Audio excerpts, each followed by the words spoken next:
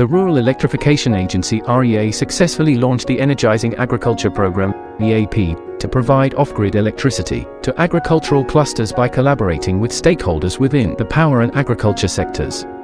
Following the successful launch of the EAP, preceded by a knowledge-driven boot camp in May 2022, the REA, with support from Rocky Mountain Institute (RMI) and the Global Energy Alliance for People and Planet, launched the EAP Project Modeling Workshop. The EAP Project Modeling Workshop provided an avenue for working group members and other stakeholders of varying expertise to collaborate within project teams where they contributed to validating and fine-tuning business model ideas for selected pilot projects. The EAP workshop took place on the 14th and the 15th of February 2023 at Fraser Suites in the Federal Capital Territory. Day 1. At 9 a.m., participants and invited guests began arriving and registration began.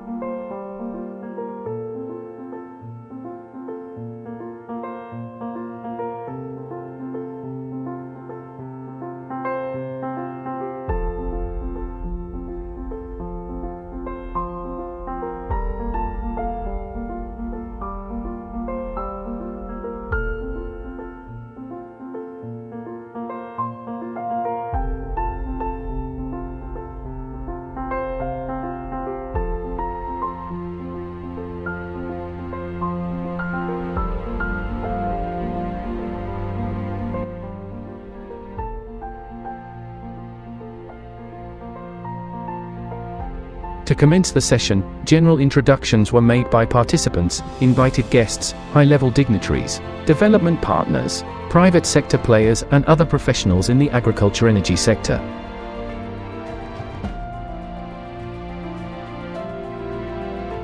Introductions were followed by a lecture about the workshop. Speakers outlined the overview of the EAP-AMP alignment, its objectives and agendas, and rules of engagement.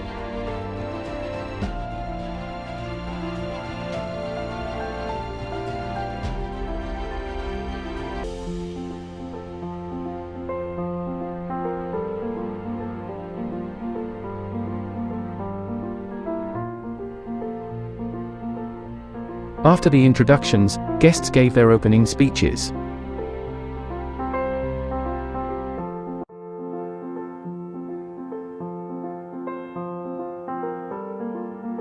The Managing Director of REA proceeded with his welcome address and declared the workshop open. And I would like to welcome you all to this very, very important workshop. And I'll also emphasize the need for us to develop a monitoring framework with clear indicators to measure the impact of the project, both from a social and economic standpoint, so that we look beyond providing that electricity to see actually how that electricity is impacting lives. And also to quickly seize this opportunity to thank our partners, GIAP and the GEF UNDP for funding the program, and also RMI for providing the technical support. And of course, to also thank the Federal Ministry of Power, the Federal Ministry of Agriculture, my colleagues for putting this together as we declare this workshop open.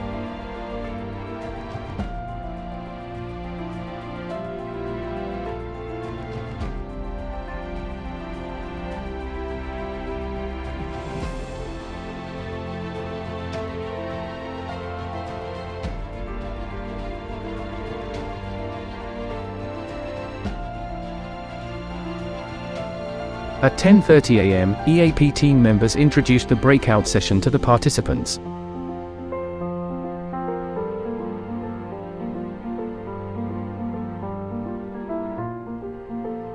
The rest of the day was spent at the respective breakout sessions.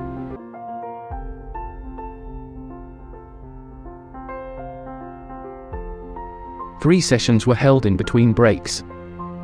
Working group members discussed viable business model ideas for potential pilot projects.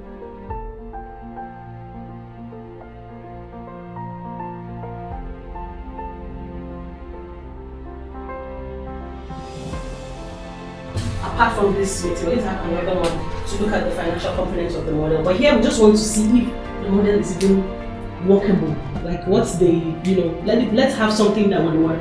Define goals. But you see,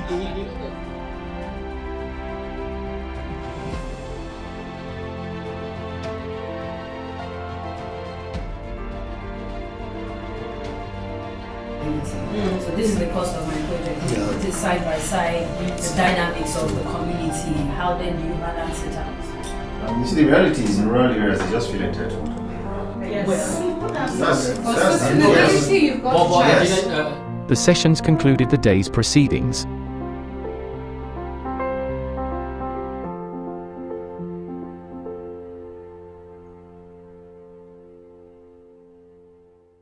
Day 2. At the commencement of Day 2's activities, participants and invited guests arrived inspired and excited about the progress of their respective working groups. Working groups held their final breakout sessions where they recapped on Day 1's talking points before having financial discussions to round up their respective sessions.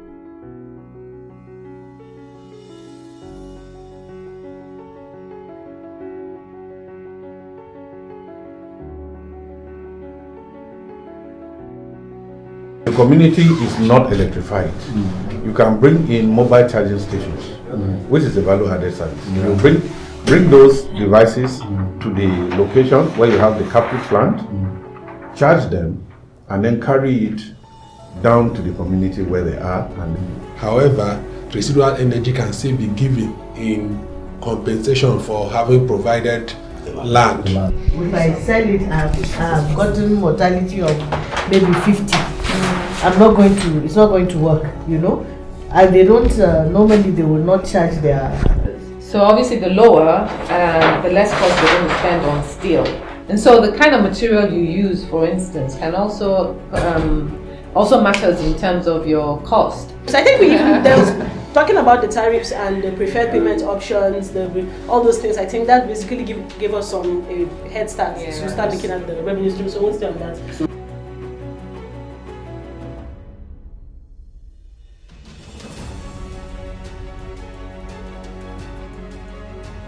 Participants and invited guests then convened for the final plenary session.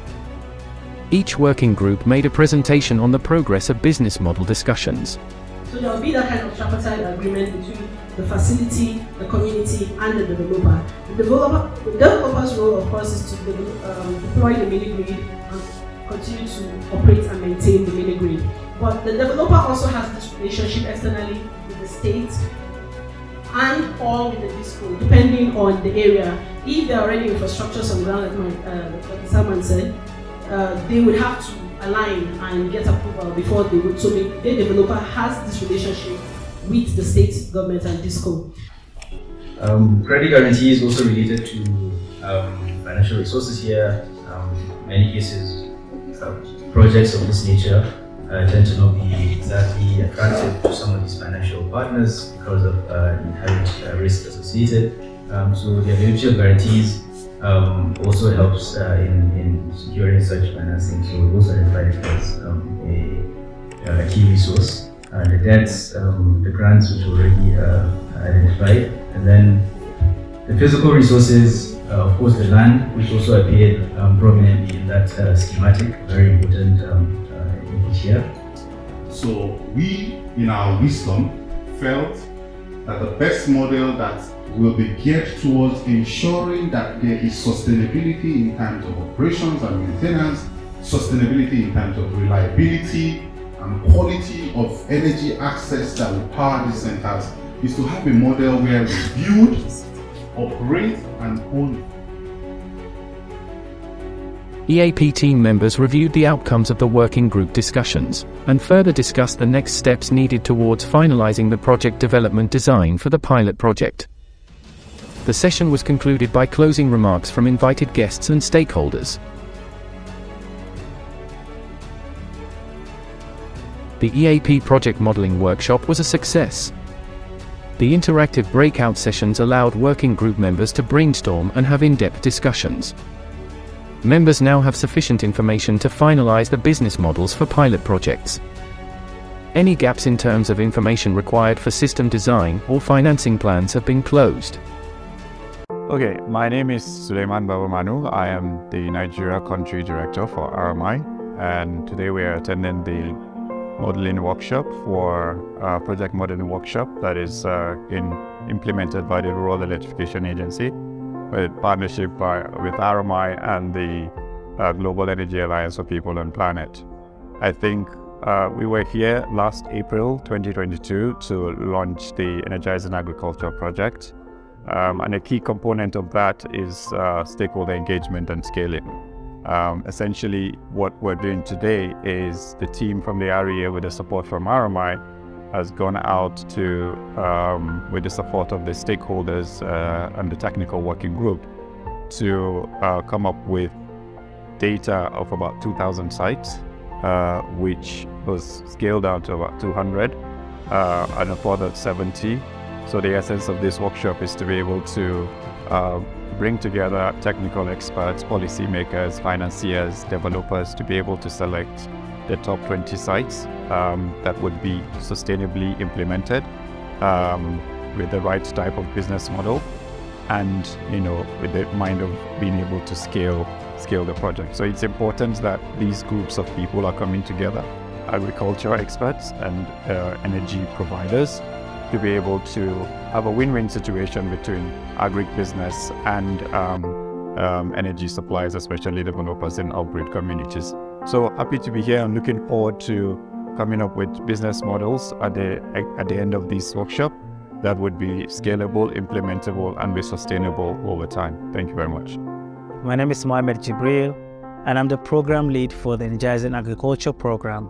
This is a program that is implemented by the Rural Electrification Agency with support from the Rocky Mountain Institute and financial support from the Global Energy Alliance for People and Planet. We're hosting a workshop to fine-tune and perfect our business models. We're looking to answer questions around ownership, around sustainability, around equity, around subsidies, just so we can have a refined project at the end of the day that speaks to how projects are going to be sustainable. It is important to understand that food security depends on agriculture. Agriculture today depends on energy to succeed. And what we do in REA is providing electricity for rural areas, but we're now targeting this intervention to focus on the agricultural value chain. So we're looking at production, we're looking at processing, and we're looking at storage, for example, cold storages. At the end of the day, we would want to see how we can provide electricity to enable processing, and also ensure that our mini grids and the electricity we provide are being used effectively and there's productive use. So we're hoping that after the workshop today, with the combination of the experts that we brought here, across financing, across business modeling, people from the working group would be able to have refined models that would speak to this objective. Thank you.